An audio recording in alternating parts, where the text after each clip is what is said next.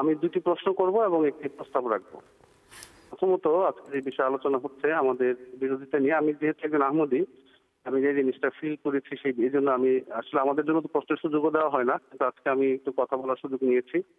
প্রথম কথা হচ্ছে যে আমাদের বিরুদ্ধে মানে ইমাম মাহদী আলাইহিস সালামের আগমন সম্পর্কে তো কারো কোনো দ্বিমত নেই এবং মুসলিম সমাজে তার অপেক্ষায় মানুষ আছে এবং নানা ধরনের গল্প তারা বিভিন্ন হাদিসের রেফারেন্স দিয়েই বলে থাকে যে এইভাবে ইমাম মাহদী আসবে। মূলত আমাদের বিরুদ্ধে আন্দোলনকে গরম করার জন্য এবং পরিবেশকে অস্থিতিশীল করার জন্য মূল যে অভিযোগটি সেটা হচ্ছে খতমে নবুয়ত সংক্রান্ত, এবং বলা হয় যে তারা একজন নতুন নবী বানিয়েছে। তো সর্বজন মান্য বুজুর্গানে দিন, বিশেষ করে দেওবন্দ এবং যে মৌলানা মওদুদী সহ আরো যারা আছেন যাদেরকে তারা মানেন, এবং তাদের আলোকে আসলে খতমে নবুয়তের ব্যাখ্যা কি এটা একটু আমি জানতে চাই। আর দ্বিতীয়ত, এই অনুষ্ঠানটার নাম সত্যের সন্ধানে। এখন সত্যের সন্ধানের মধ্যে আমার ব্যক্তিগত অনুভব হচ্ছে যে কোন মসিহের সন্ধানে এই ধরনের একটা উইং খোলা দরকার, এবং তারা যে সমস্ত রেফারেন্স দিয়ে এক নতুন মানে অলিক মসির স্বরূপকে আমাদের সামনে রাখছে, ওই হাদিসগুলোকে তুলে তুলে সেগুলো খণ্ডন করা দরকার। এগুলোর অবস্থান কি, স্ট্যাটাস কি, এবং এই ধারণা কতটুকু ভুল। এই দুটি প্রশ্ন এবং এই যে পরের প্রশ্নটার সাথে একটা প্রস্তাব যে আসলে আমরা কোন মসির সন্ধানে আছি। সময় তো চলে যাচ্ছে, তাদেরকে তো এই প্রশ্ন কেউ করছে না। এই বিষয়গুলো নিয়ে আমাদের মনে হয় আরেকটু এলাবোরেটলি কাজ করা দরকার সত্য সন্ধানের মধ্যে। আপনাদের অসংখ্য ধন্যবাদ। অল্প সময়ের মধ্যে ধন্যবাদ আপনাকে ভাই এহসানুল হাবিব জয় সাহেব। আওয়াজ স্পষ্ট ছিল। আমি ঢাকা স্টুডিওতে মোহতরম মৌলানা আব্দুল আউয়াল খান চৌধুরী সাহেবের কাছে অনুরোধ করছি আমাদের এই ভাইয়ের প্রশ্নের উত্তর দেওয়ার জন্য। ধন্যবাদ প্রশ্নকারীকে। বর্তমান যুগে বাংলাদেশে আহমদিয়া বিরোধী মোর্চা তারা সিদ্ধান্ত নিয়েছে যে মৌলিক বিষয় মুসলমানের সংজ্ঞা নিয়ে কোনো আলোচনা করবে না তাদের সাথে। তারা সিদ্ধান্ত নিয়েছে ঈসা আলাইহিসসালামের জীবন মৃত্যু বিতর্ক করবে না তাদের সাথে, কেননা এটাতে হার মানা ছাড়া আমাদের কোনো গত্যন্তর নাই। এবং ঈসা আলাইহিসসালাম মৃত্যু কোলে ঢলে পড়েছেন বা মৃত্যুবরণ করেছেন, এই কথা কোরআন দ্বারা সাব্যস্ত হয়ে গেলে ভবিষ্যৎবাণীর অর্থ যে রূপক ঈসার আগমন, এই কথা তারা স্পষ্টভাবে বুঝতে পেরেছেন। আর আগমনকারী মহাপুরুষের সত্যতা কোরআন শরীফের মানদণ্ডে যাচাই করার বিষয়টিতেও জড়াবে না, কেননা এখানেও আমরা হার মানতে বাধ্য। কোরআনের মানদণ্ডে কোষ্ঠী পাথরে যিনি সত্য প্রমাণিত হয়ে যাবেন তাকে মুসলমানরা সত্য মানতে বাধ্য। এই কারণে এই মৌলিক বিষয়গুলোতে এখন আর তারা হাত দেয় না।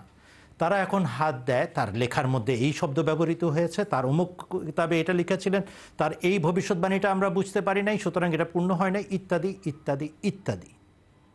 এই জন্য প্রথমে এই কথাটা মনে রাখবেন যে বাংলাদেশে আহমদিয়া বিরোধী মোর্চার ট্রেনিং ক্লাসে তারা এটা শেখাচ্ছে যে এই সব বিষয় বাদ দিয়ে বাকি আলাপ করো।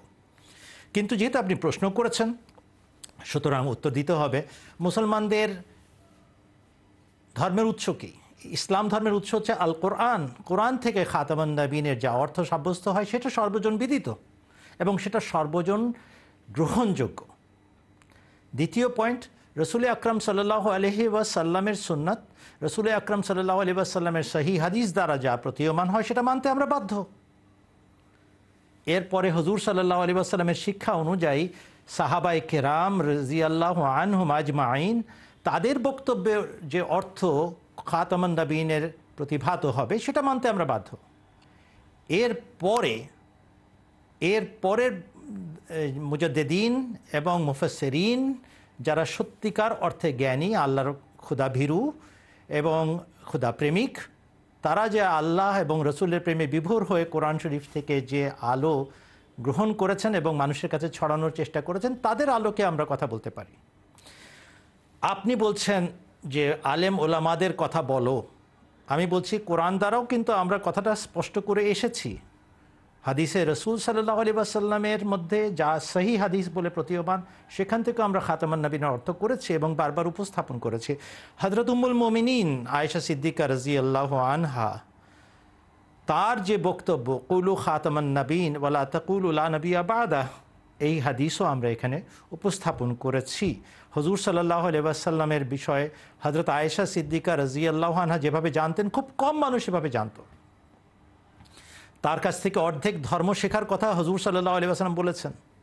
আদ-দুররুল মনসুরে এই হাদিস লিপিবদ্ধ, কুলু ইন্নাহু খাতামুন নবিয়্যিন ওয়ালা তাকুলু লা নবিয়্যা বাদা। অনুবাদেরও প্রয়োজন নাই, কিন্তু শুধুমাত্র এইটুক কথা বললেই কিন্তু মানুষ ঘাবড়ে যায়, আরে তাই নাকি, তাহলে তো আমাদের সমস্ত আন্দোলন শেষ। তাহলে তারা আরও হইচই করে, এই অবমাননা সেই অবমাননা করেছেন। আসলে এগুলো কিছুই না, সবগুলো ভাওতাবাজি। আমরা সুফি সম্রাট মহিউদ্দিন ইবনে আরবি রহমতুল্লাহ আলাইহির ফতুহাতে মাক্কিয়াতে খাতামান নাবিনের যে ব্যাখ্যা বিশ্লেষণ প্রদান করা হয়েছে সেটার সাথে সম্পূর্ণ একমত।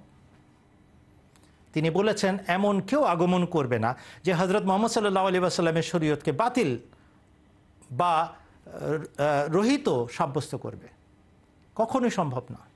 আল্লাহর পক্ষ থেকে যে মহাপুরুষই আগমন করবেন তিনি হজরত মোহাম্মদ সাল্লাল্লাহু আলাইহি ওয়াসাল্লামের ধর্মের সত্যায়ন করবেন। কেন বলছেন বারবার শুনেছেন? মুসলিম শরীফের কিতাবুল ফিতান অধ্যায়ে হুজুর সাল্লাল্লাহু আলাইহি ওয়াসাল্লামের প্রসিদ্ধ হাদিস বিদ্যমান, ঈসা নবিউল্লাহ আগমন করবেন তোমাদের মাঝে। ঈসা নবিউল্লাহ, আল্লাহ নবী ঈসা আগমন করবেন তোমাদের মাঝে। আমাদের বাংলাদেশের স্বনামধন্য আলেম ওলামা ইউটিউবে ভরা আছে তাদের ওয়াজ, তারা স্বীকার করেন যে হুজুর সাল্লাল্লাহু আলাইহি ওয়াসাল্লামের পর ইহুদিদের জন্য প্রেরিত নবী হযরত ঈসা আলাইহিস সালাম মুসলমানের মধ্যেও আসবেন। তারা বলছেন খাতামান নবীনের যে অর্থই করেন, ঈসা নবিউল্লাহ, আল্লাহ নবী ঈসাকে ঠেকাতে পারবেন না, তিনি অবশ্যই আসবেন। এবং আমরা আহমদী মুসলমানরা হুজুর সাল্লাল্লাহু আলাইহি ওয়াসাল্লামের ভবিষ্যৎবাণী অনুযায়ী ঈসা নবিউল্লাহ ছাড়া অন্য কাউকে মানি নাই। হুজুর সাল্লাল্লাহু আলাইহি ওয়াসাল্লামের উম্মত আমরা, হুজুর সাল্লাল্লাহু আলাইহি ওয়াসাল্লামের ভবিষ্যৎবাণী অনুযায়ী যার আসার কথা ছিল তাকেই মেনেছি। আগের ঈসা আলাইহিস সালাম মারা গেছেন, কোরআন বলে মারা গেছেন, সুন্নতে রাসূল সাল্লাল্লাহু আলাইহি ওয়াসাল্লাম দ্বারা সাব্যস্ত তিনি মারা গেছেন, সহিহ হাদিস দ্বারা সাব্যস্ত তিনি মারা গেছেন। অতএব তাঁর আগমনের ভবিষ্যৎবাণীর অর্থ হলো তার মতো গুণে গুণান্বিত হয়ে, তার মতো যুগে, তার মতো চিকিৎসা পদ্ধতি নিয়ে যিনি আগমন করবেন তাকে ঈসা ইবনে মারিয়াম বলা হয়েছে। ফতুহাতে মাক্কিয়া মহিউদ্দিন ইবনে আরবি রহমতুল্লাহ আলাইহি, আব্দুল ওয়াহাব শারানি, আল্লামা আব্দুল ওয়াহাব শারানি রহমতুল্লাহ আলাইহি তার বিখ্যাত বই আল ইয়াবাকিত ওয়াল জাওয়াহির, সেখানে এই কথা উল্লেখ করেছেন। কি বলেছেন? যে লা নবিয়া বাদি অর্থ হলো আমার পরে এমন কোনো নবী নাই যে আমার শরীয়তকে খণ্ডন করে, আমার শিক্ষাকে বর্জন করে এবং আমি যা শিক্ষা দিচ্ছি সেটাকে বাতিল করতে পারে, বরং যেই আসবে তার অনুসরণে আসবে।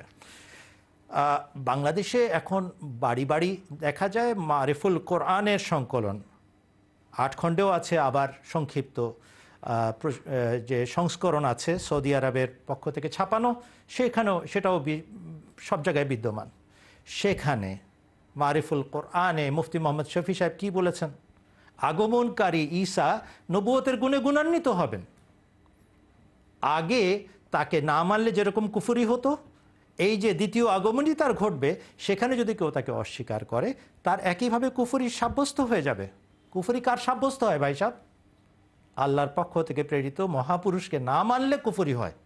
কোনো ওয়ালিউল্লাহকে অস্বীকার করলে কুফরি হয় না, কোনো মুজাদ্দিদকে না মানলে কুফরি হয় না, কোনো বুজুর্গকে অস্বীকার করলে কুফরি হয় না। যদি আল্লাহর পক্ষ থেকে প্রেরিত মহাপুরুষ নবিউল্লাহ হিসাবে আসেন, তাকে অস্বীকার করলে অবশ্যই কুফরি হয়।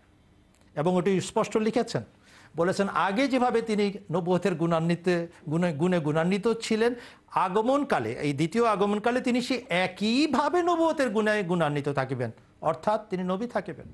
কে বলছেন? মুফতি মোহাম্মদ শফি সাহেব, যার নাম ভাঙিয়ে মৌলানারা ডিগ্রি প্রাপ্ত হচ্ছেন।